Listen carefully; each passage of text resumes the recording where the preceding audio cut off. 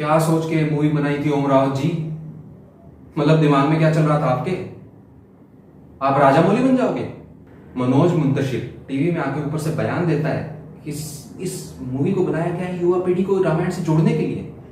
इस तरह से जोड़ोगे आप लोग? शर्म आनी चाहिए। किसी भी डायरेक्टर को एक हिस्टोरिकल मूवी बनाने से पहले उसके डाटा को, उसकी बैकग्राउंड हिस्ट्री को कंप्लीटली एनालाइज कर लेना चाहिए, उसका इंटरप्रिटेशन कर लेना चाहिए कि जो वो बनाने जा रहा है whether it is in line with the historical data और नॉट। उसे अपना वर्जन देने की कंप्लीट आजादी है, लेकिन प्रोवाइडेड कि वो हिस्टोरिकल फैक्ट्स को नजरअंदाज ना करे, जो कि इस मूवी में बार बार करा गया है। दोस्तों, मूवी का वीएफएक्स इतना ज्यादा खराब है कि आपको समझ में नहीं आएगा कि 500 करोड़ आखिर खर्च कहां किए गए हैं। Rise of the planet of apps को देखकर तो इन्होंने वानरों को, भालुओं को शक्ल दे दी। मूवी के कुछ सीन्स इंपैक्टफुल थे, जैसे कि गिद्धराज जटायु का रावण के साथ लड़ना, सुग्रीव का वानरों को बचाने के लिए चट्टान को पकड़ लेना बाली के युद्ध के वक्त। ऑफकोर्स जो शबरी वाला सीन है उसके अंदर एक प्रॉब्लम ये है कि श्री राम को वो जानती भी नहीं थी, ये उन्होंने गलत दिखाया है, लेकिन वो एक कनेक्शन एस्टेब्लिश करने में कामयाब होते हैं। इस मूवी का जो टीजर आया था 1 साल पहले, वही इतना बुरा था जिसके ऊपर सवाल खड़े हो गए थे, लेकिन पॉजिटिव मार्केटिंग और थोड़ा सा टीजर के ऊपर, जो ट्रेलर के ऊपर काम किया गया, जो 3 ट्रेलर आदिपुरुष के रिलीज किए गए, उन्होंने इस मूवी की इमेज को, प्री रिलीज इमेज को धोने का, साफ करने का, उसे निखारने का बहुत अच्छा काम किया, जिसकी वजह से इसकी एक पॉजिटिव वाइब क्रिएट हो गई। इस फिल्म के बारे में कहा जा सकता है कि फ्राइडे सैटरडे संडे का जो वीकेंड इफेक्ट है, ये फिल्म बस यहीं तक चलेगी, इसके बाद मंडे को ये धड़ाम ही गिरने वाली है। आदिपुरुष के साथ सबसे बड़ी समस्या ये है कि इस फिल्म का कोई भी कैरेक्टर एक दूसरे के साथ केमिस्ट्री एस्टेब्लिश करने में पूर्णतः नाकामयाब रहा है। इस फिल्म के जो मेन कैरेक्टर्स हैं उनका आपस में की संवाद जो हैं, जो कॉन्वर्सेशंस हैं, जिनके द्वारा रामायण की पूर्णता दिखाई जा सकती थी इस 3 घंटे की मूवी में, वो भी कम्प्लीटली मिसिंग है। जैसे गिद्धराज जटायु का मरते वक्त श्री राम के साथ संवाद, रावण का विभीषण को अपमानित करके निकाले जाना, कुंभकर्ण का रावण को समझाना कि वो सीता जी को छोड़ दें, वो सभी के सभी मेन मिसिंग है। जो लंका है उसके राक्षसों को, उसके जो राजमहल के लोग हैं, उनको अजीब जी से मॉडर्न टाइप ड्रेस पहनाई गई हैं, ब्लैक कलर की, जो एक सुपर हीरो टाइप की ज्यादा लगती हैं और एक पौराणिक वक्त के योद्धाओं की कम लगती है। लंका जो कि एक सोने की नगरी थी, उसको एक एकदम ब्लैक स्टोन टाइप का लुक दिया गया है, जो कहीं से भी अट्रैक्टिव नहीं लगता। दोस्तों, हनुमान जी को बहुत ही गलत तरीके से पोर्ट्रे किया गया है।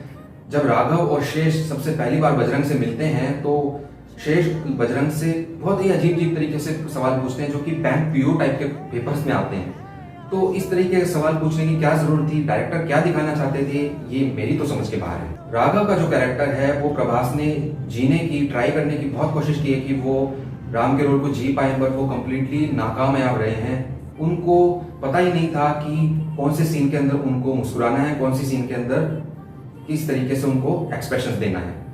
वो बहुत सारे सीन के अंदर तो एकदम डल नजर आए हैं। जो श्री राम की ऑरा है वो कंप्लीटली प्रभास से मिसिंग। दोस्तों, मूवी के फर्स्ट सीन में बहुत बड़ा झोल है। हैरी पॉटर मूवी में जो तम पिशाच थे उनको दिखा दिया गया है पिक्चर के स्टार्टिंग में ही, जो घूम घूम के लक्ष्मण की शेष जो रेखा है उसको क्रॉस करने में नाकामयाब होते हैं। दोस्तों, रावण बहुत ही विद्वान ब्राह्मण था, जो कि वेद शास्त्रों का ज्ञाता था।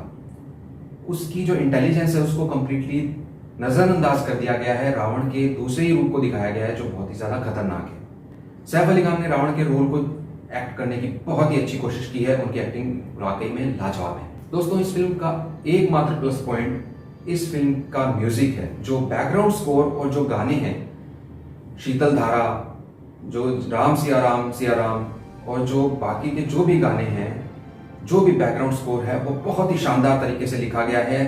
इस फिल्म का जो सेविंग ग्रेस है वो इसका म्यूजिक ही है।